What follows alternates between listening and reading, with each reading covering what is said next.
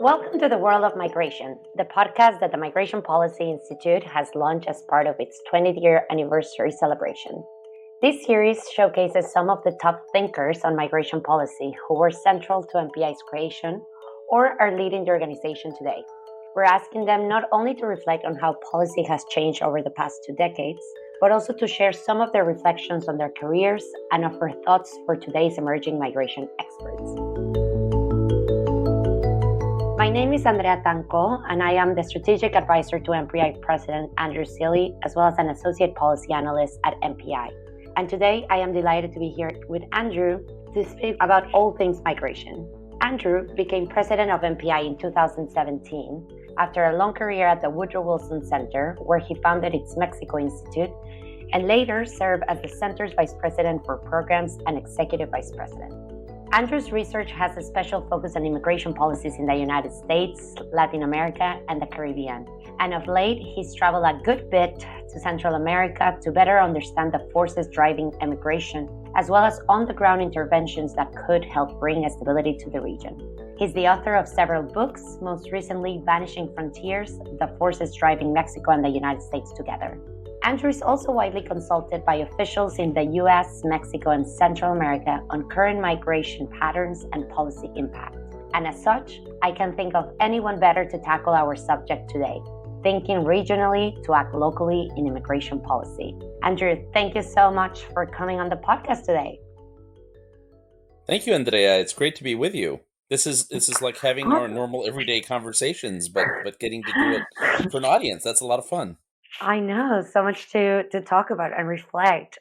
I think it's a particular good time to speak with you on this subject, given that the U.S. government seems far more intentional at present on working with neighbors in Mexico and Central America to build a regional migration management system. So first of all, I would like to ask you if you agree or you accept this proposition. And if so, could you elaborate a bit more on where things stand at the moment?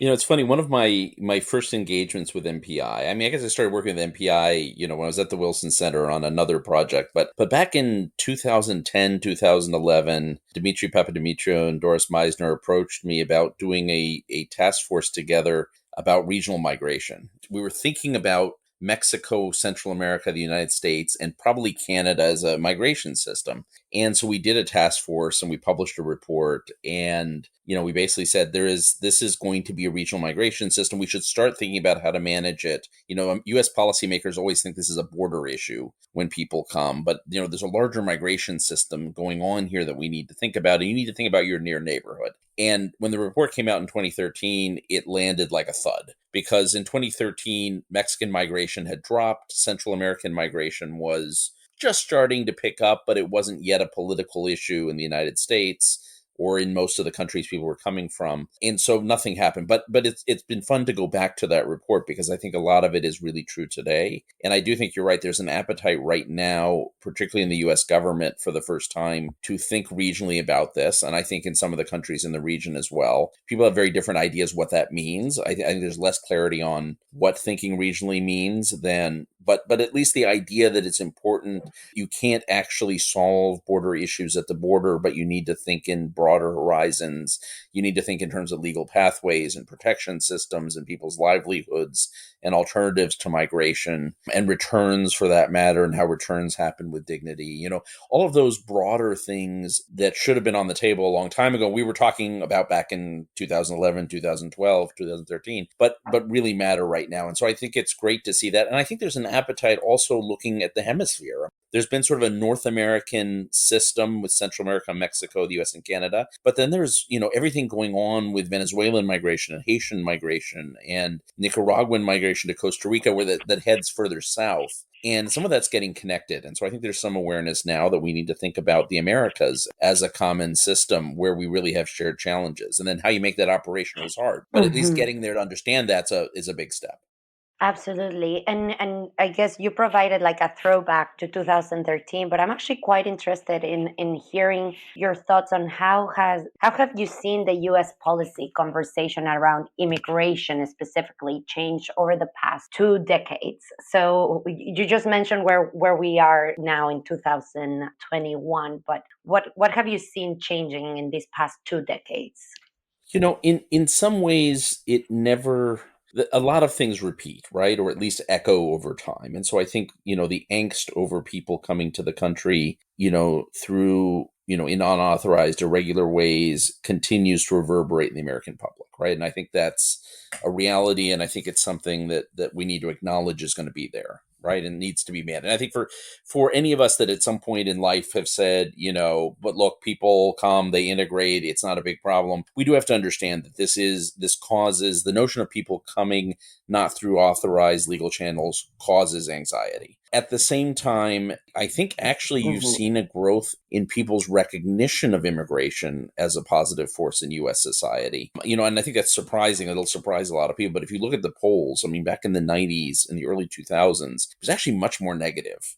And what's happened is the United States is, again, we had lived through a very anomalous period of 30 years where there was very little immigration. And so people had very little familiarity with immigration. That's changed, right? And there's new generations growing up that have grown up in a society that's shaped by immigration much more actively. But there was this period where we tried to close down immigration, in the 1920s, and it sort of lasted to the mid 60s. And so there's, two generations grew up with very little immigration happening in the country. And so now we're back to sort of normality, what is normal in the United States, where you have about 13% of the population foreign born, where people have, maybe 1 in 4 children have at least one foreign born parent, where this is very much present in people's lives, right? And so it's become, I know there's lots of tensions and lots of debates, and we just went through a period of an administration that, certainly made closing the border a banner. But in reality, in American society, I think people are actually more comfortable with immigration than we've seen in the past. And so how we get it right, how you then take advantage of that to allay some of the anxieties and some of the reasonable anxieties and take advantage of some of the benefits, I think is a real opportunity going forward. And then finally, we have to say also that at least from Latin America to the United States and within Latin America, migration has become more complicated, right? There's more migration happening within Latin America. Mexico is becoming a recipient country, Colombia, Peru, Ecuador. I mean, countries that really didn't have a lot of immigration. If anything, they were countries of out migration. There's suddenly countries that are receiving people for the first time, right? This is becoming a huge phenomenon. And the people coming to the United States, especially those coming to the border, are a much more diverse group of people. I mean, when we were having these conversations in the 90s, it was all about, Mexican adults trying to cross the border to get to the United States. Now it's families, it's children, it's adults, it's people from, 10 or 12 different nationalities. And so in some ways that makes it a more complex problem. But in other ways, it also shows that you really do have to have a hemispheric and a regional focus in order to think smartly and think sensibly about migration. Absolutely. You just mentioned something key, and is this transformation that countries in the Western Hemisphere are experiencing. So you mentioned Mexico becoming a recipient country, but I'm actually quite interested if you could elaborate a little bit on what other trends we're seeing in the region and things that we're going to have in mind for future trends on migration.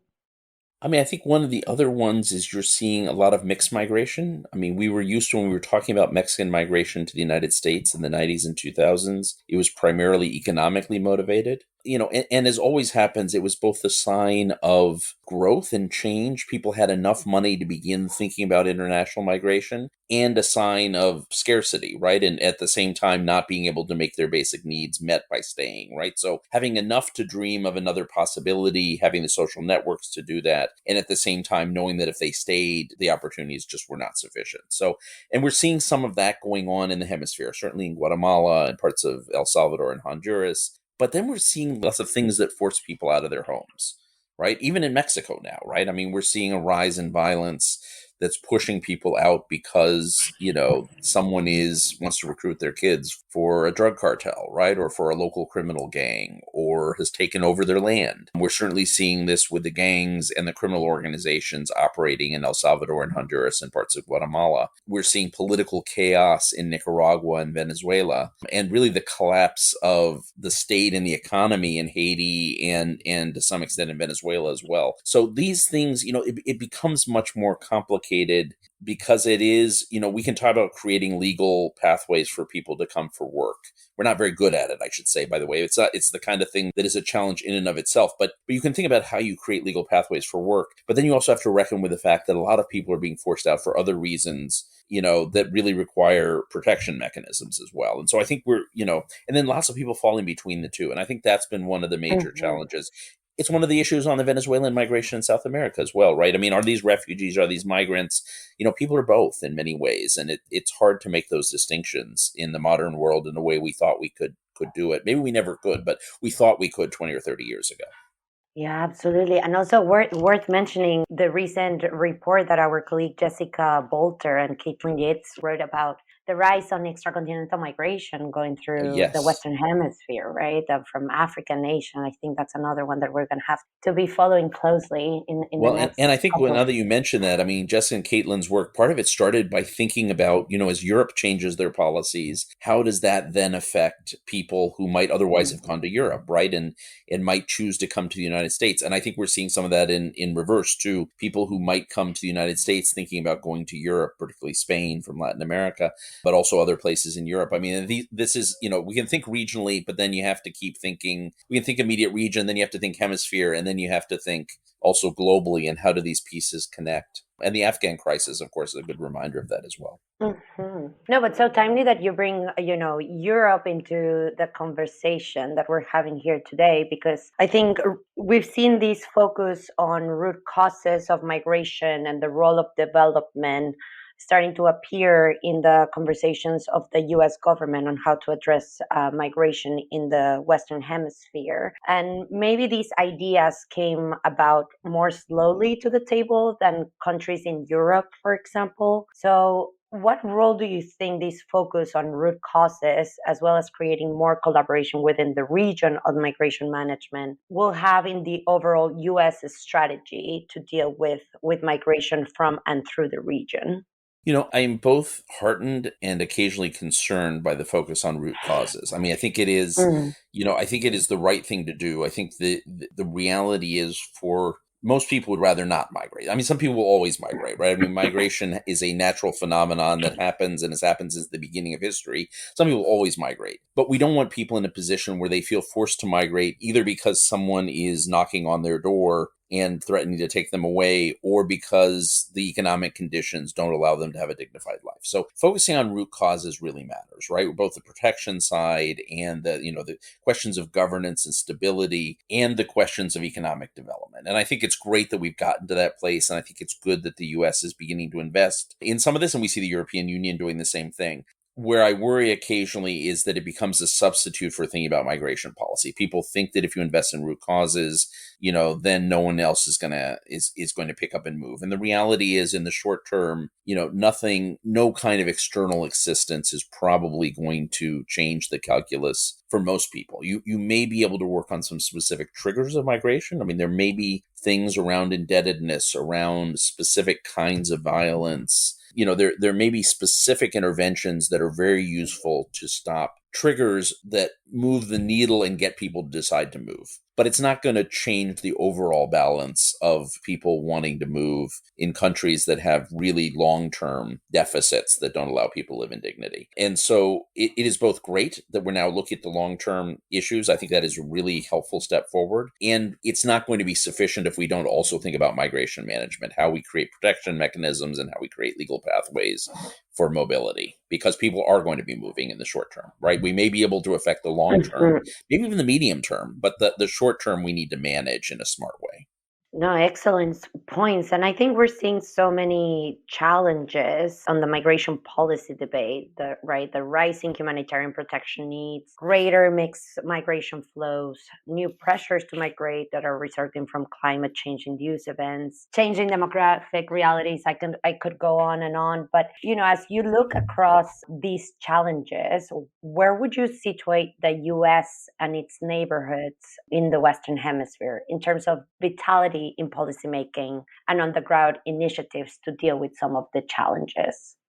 I think it's new. I think most of the repertoires that the US has are still around border management. There is a growing knowledge base, particularly in Central America, around development that's healthy. I think Mexico is still learning to embrace its reality as an immigrant country. I think others have been quicker at this, like Colombia has, very rapidly adapted to that. But that's because Colombia didn't have a choice also. I mean, it was also good leadership, I think, from successive administrations, but it was, but it also didn't have a choice. Mexico still sees itself as a pass-through primarily, and the reality is people are actually staying. It's something you write about a lot. I know you and Ariel have been working on this topic about how Mexico is becoming an immigrant country. I think Canada is interested and intrigued and is willing to be helpful, but is still, less affected by people moving, and therefore it's not a political issue. So it's hard, they're happy to be part of the conversations, but they're not necessarily it's not as politically salient an issue. And then I think in Central America, you begin to get into countries that have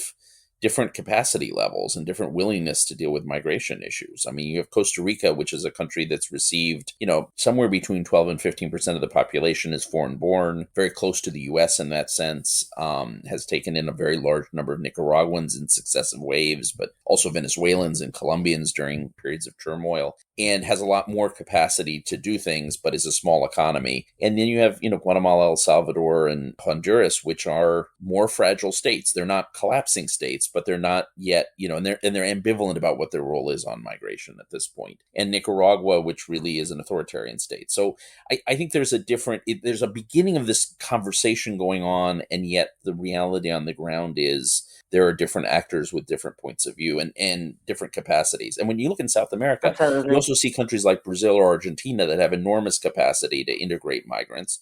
Don't always do it perfectly like the U.S. I mean, often imperfect in how they do it, but they have capacity. And then you see countries like Peru, which have built capacity, or Ecuador, but are still really learning how to do it and still a little ambivalent on what their role is, or Chile about migration, right? Whereas Colombia's embraced it. We see some other countries that are, much like in the U.S., you see sort of that debate back and forth about whether we really want people here or not.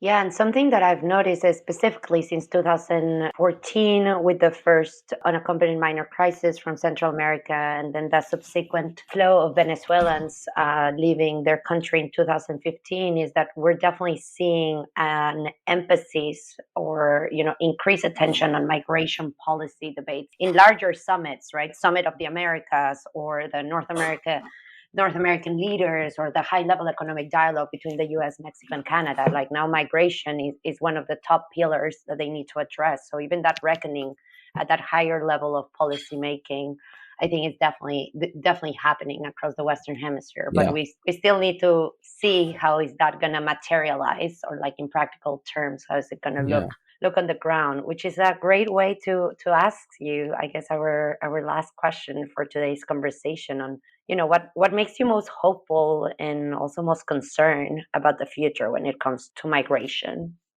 What makes me hopeful is that I've seen smart thinking here and there, and not just by people in government, but by, civic organizations and by, by civil society groups, by larger publics. I mean, when you see what Colombia did vis-a-vis a vast flow of people coming from Venezuela, or Costa Rica has done with Nicaraguans who've arrived, or, for that matter, Ecuador and Peru, or, or Brazil or Argentina and Uruguay. I mean, there really have been a lot of attempts to try and manage and recognize that the arrival of new people can actually be really beneficial, right? And figure out how to create the legal legal pathways to make this happen in a way that everyone benefits. And, I think you're seeing some thinking in the U.S. around this about how do we take care, how do we bring people out of the shadows who've been in this country a long time? What do we do in terms of the future flows at a time where the economy is expanding? Can we create a flexible immigration system that allows people to, come at a time where we need greater human capital in the economy and contract it when we don't, when there's bad times. So begin to create a more flexible. So I think a lot of ideas are on the table, and people are thinking not about, migration as a problem, but migration and mobility as an opportunity and a natural phenomenon that needs to be managed in smart ways. That said, I also think there's often a backlash. And there's a backlash in part because migration involves confronting differences, right? Involves people who are different in some way: religion, culture, race, ethnicity, language, some sort of different, simply nationality, coming into a society that feels established, right? And so there's always sort of that pressure for change. We're also living in a time of economic uncertainty. Even right now, where we're seeing expansion of the economy, many people feel uncertain about the future of their jobs, right? And so that creates also worries about people coming in. And then I think, policymakers make this worse when they don't make smart decisions, like when we don't actually create the legal pathways, when we don't think about how to manage integration in smart ways. That also, I think, leads to, and how to resource things. How do you resource schools? How do you resource healthcare when there's an influx of people in a specific area? Those sort of issues, I think, can create the kind of backlash that can also take us backwards in thinking about immigration. And so, I think there's a real need, and this is where MPI comes in a lot as well, as, some is trying to record all of this, but also and sort of chart the course of history and understand how it's evolving and how policy is evolving, but also sort of looking around the corner and thinking about what sort of policies are going to help us manage the movement of people around the world, because it's happening in planned ways, but it's also happening at times in unpredictable ways when there's crises. And so how do we have the policies in place that help us take the most advantage of that, manage it in ways that are controlled and regular and expected, to channel chaos into some sort of order, and manage integration to make sure that people who have arrived and the communities that have received them are able to find a meeting point, right? And find a future together in a productive way with the resources they need to make it happen. And so, a lot of what we do at MPI is really trying to think of those policy options. What are the policy options, both in the United States, but also, we work a lot in other countries. What are the policy options that really are going to help people manage migration in a way that benefits everyone, right? And everyone, or at least most people, feel like they're part of this, right? That they have a stake in the changes going on in their own society driven by migration. This is a great place for MPI to fill that knowledge gap and to continue working as just the Western Hemisphere and other regions across the world actually, go on this transformation from being immigrant-sending countries to receiving more transit migration and receiving new communities. Well, you and I know, in no way do we want to say that the Western Hemisphere or the Americas have discovered like the way of managing migration, because we know all the downsides of everything that's happened, right? We could criticize, we could run through each country and critique policy and critique what's gone on the ground.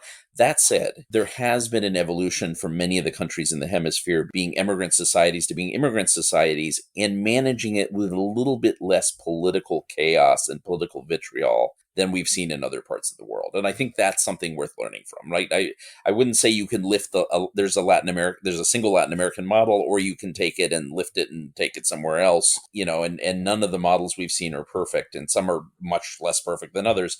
But there is a sense in which there's been, at least until now, a little less drama as people have moved across borders. And there are many reasons for it, but hopefully it's something that the rest of us, including those of us in the United States, can learn from as well. Well, thank you so much, Andrew. This has been such an interesting discussion, and we definitely appreciate you coming onto the podcast. And I always appreciate having these conversations with you. I'm so grateful to work with you, definitely. Thank you, Andrea. Great to be with you, and I look forward to continuing this conversation offline, as we always do. Andrew Selee is the president of the Migration Policy Institute. Thanks for tuning into this episode of the World of Migration, MPI's 20th anniversary podcast. For more on MPI's first 20 years, please visit our website, migrationpolicy.org/about/20th. You can find all the episodes of The World of Migration and other MPI podcasts online at migrationpolicy.org podcast, or you can find us wherever you get your podcasts. Just search for World of Migration. And please give us a review while you're there. This episode was produced by Michelle Middleset and Joseph Hamid and made possible through the assistance of Lizzie Dixon. Our music is a song called Geographer by Bright Idea. My name is Andrea Tanco, and thanks again for listening.